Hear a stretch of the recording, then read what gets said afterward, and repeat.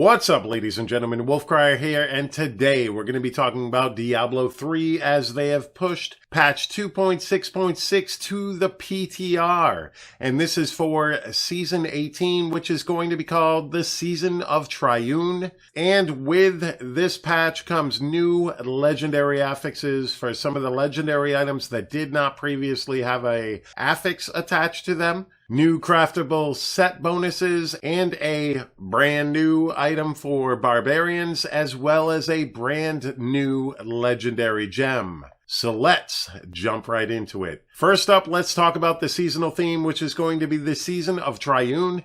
And what happens is as you attack using your abilities, all of your abilities have a chance to spawn a circle that gives a certain power. And only one of these circles can be active at the same time, but there are three different types. The red circle, players in the circle gain 100% damage bonus while you're inside of it.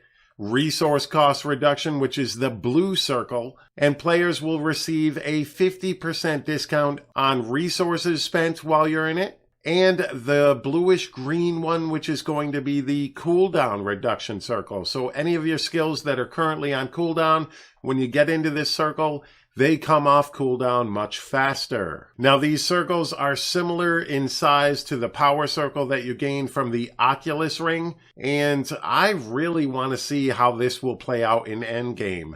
But this is available to players right off the bat, right from level 1. This is going to help with leveling, I think, in some ways, especially once you get your movement abilities. I did find them hard to use at level 1 for the most part, unless it spawns right where you're already at.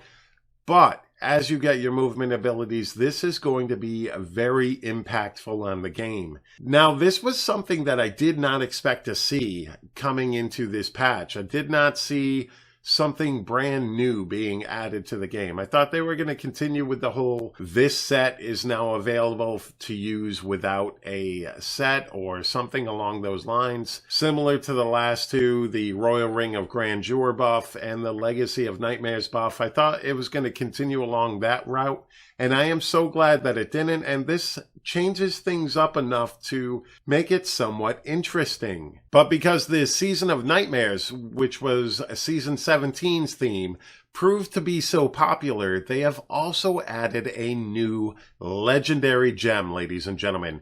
And that is the Legacy of Dreams gem. And pretty much what it does is it adds 3.75% increased damage and 2% reduced damage taken for every legendary item equipped while you do not have a set bonus. Now, this scales up to level 99, which will give you a 375% damage increase and 2% damage reduction for every legendary equipped. And if these are ancient or primal ancient, that bonus will be doubled, which will give you the Legacy of Nightmares set without the 2 rings, allowing you to wear 2 different rings. Now, this will take up a legendary gem slot, which kind of sucks, but overall, I think it's a great way to do the Legacy of Nightmares set. You cannot wear the 2 rings for the Legacy of Nightmares because that will count as a set and disable the Legacy of Dreams gem, so you can't combine the 2 in any way, shape, or form. This is going to change the game up going forward, I think, especially with some of the new legendary affixes that were added. And for the sets, I think that the new craftable sets are going to change things up with certain builds, including DB farming, but also possibly some brand new push build variations, which is going to be very cool. So let's take a look at the legendaries that now have affixes on them. First up, we've got Messerschmitt's Reaver, which now reduces the remaining cooldown of one of your skills by 1 second every time you slay an enemy. This is going to be insane for bringing up your skills off of cooldown while you're killing regular mobs. It's not going to do that much when you're on Rift Guardians, etc., unless that Rift Guardian has some ads and you can kill those and reduce the remaining cooldown of one of your skills. That's going to be pretty awesome. This is kind of OP when you think about it. The amount of long cooldowns that are out there, if you throw this in the cube, this is going to reduce those extended cooldown skills tremendously, and that's pretty damn crazy. Next up, we have Echoing Fury. Slaying enemies engulfs the wielder into a frenzy. And this is going to increase your attack speed by 15% and your movement speed by 5% and can stack up to 5 times. Also, another pretty crazy legendary affix that you can cube. And I can't wait to see some of the builds that might come out of this, especially with Echoing Fury and Messerschmitt's. I mean, these two legendary affixes are pretty damn crazy. Next up, we've got the Executioner. Attacks will slay enemies with less than 5 to 10% health. So in the cube, it's going to be 10%. Pretty much a culling strike. Once an enemy gets to 10% health, this is going to straight up just eliminate them.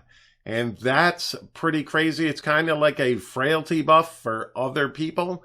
And who knows what people can do with this. Hopefully there's going to be some build variations out there that I've never thought of or dreamed of coming this season 18, and that's going to be pretty awesome to see what people can do with these items. Then we've got Stone Gauntlets, which this one's a little weird. Getting attacked will slowly turn you to stone, and this will increase your defenses but lower your attack speed and your movement speed. And this is going to allow you to take less damage as you go, but it also cut down your own damage and your movement speed. So I don't know if this can be useful or not. I'd like to see if somebody can make a build that is actually workable using these stone gauntlets, but we'll have to wait and see on that one. Next up, we've got a brand new item, sort of. This was an item that was available at 2.2, but then they took it away because it was too powerful. But according to the Diablo team, this is back in the game because there's been such a, let's say, exponential growth in power that this is no longer out of the realm of capabilities for barbarians. This is a barbarian bracer, and when you equip it, Wrath of the Berserker gains the effect of every single rune. So this is something that can be worked into some barbarian builds out there. And next we've got Squirt's Necklace. While not taking damage, your damage is increased by up to 100%.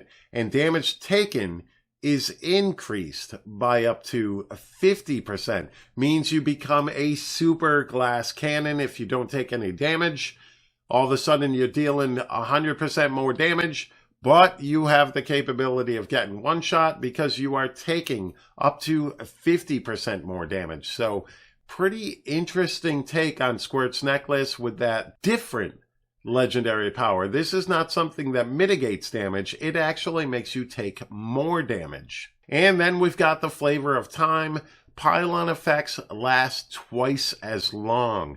And this is definitely something I can see being used in LON builds, especially with the new Legacy of Dreams legendary gem. So this could be very, very interesting. These are not shrines. These are Greater Rift pylons. Last twice as long. That is pretty awesome. Now, let's go ahead and talk about the new set bonuses available for 4 of the crafted sets. Actually, one of them stays the same. Sages stays the same. With the 3 set bonus, you double the amount of DBs that drop, Death's Breaths, and the only difference is they've now added a belt to this set, which is pretty awesome. That means that more sets, more builds out there across every single character, including necromancers, now have the possibility of creating a Sage's set, a Sage's farmer using the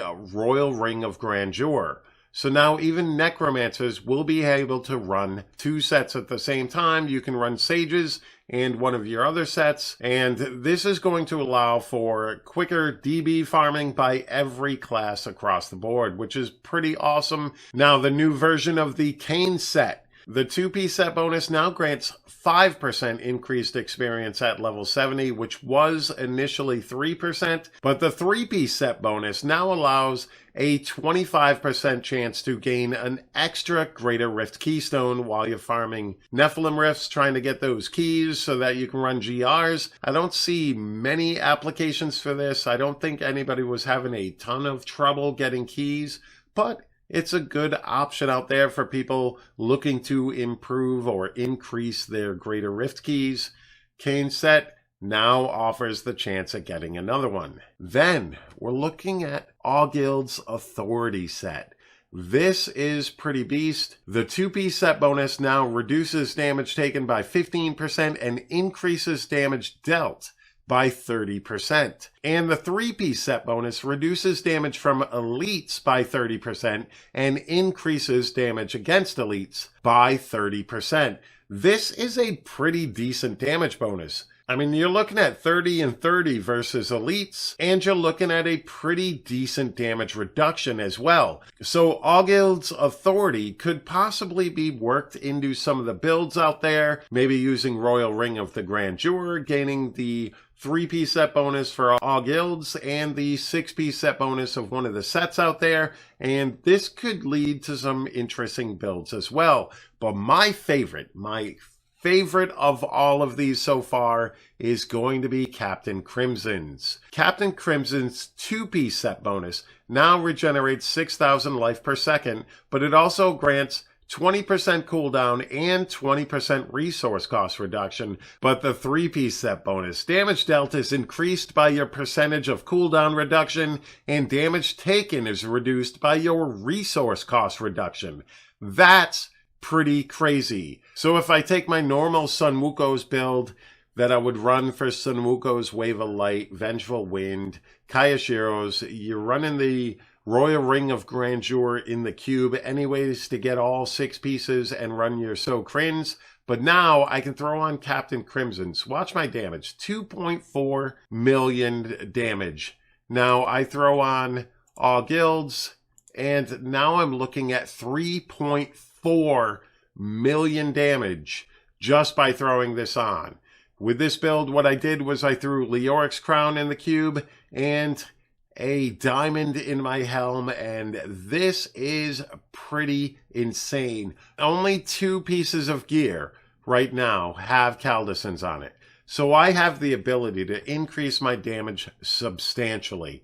This is crazy what you can do with this set now, because this is going to increase my damage by my 56.79, and that's not even, I don't have cooldown on my shoulders, I don't have cooldown on my gloves. I do have resource cost reduction, which helps out a lot with the damage mitigation. I don't have cooldown on any of my rings or anything like that, so there's still room to, and I don't have cooldown on my weapons.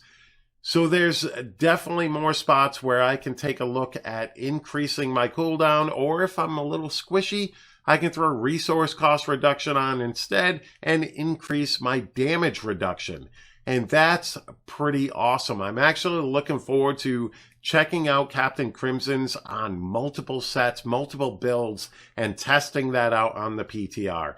I can't wait to jump into this PTR, ladies and gentlemen. This has really got me excited just to be able to do different builds, test different things out, test new legendary powers. I mean, this to me is something that is very, very interesting, and I am looking forward to this so very much. So I will catch you guys in Diablo. Look for build guides coming from this channel, and definitely look out for the streams. Friday night, I will be streaming on Twitch, and we will be taking a big dive into the PTR for Diablo 3. All right, ladies and gentlemen, thank you so very much for taking the time out of your day to watch this video. I always greatly appreciate it. Don't forget to hit that like button, hit that subscribe button, and let me know down in that comment section down below your thoughts on patch 2.6.6. All right, ladies and gentlemen, thank you once again, and you all have a fantastic day. Peace.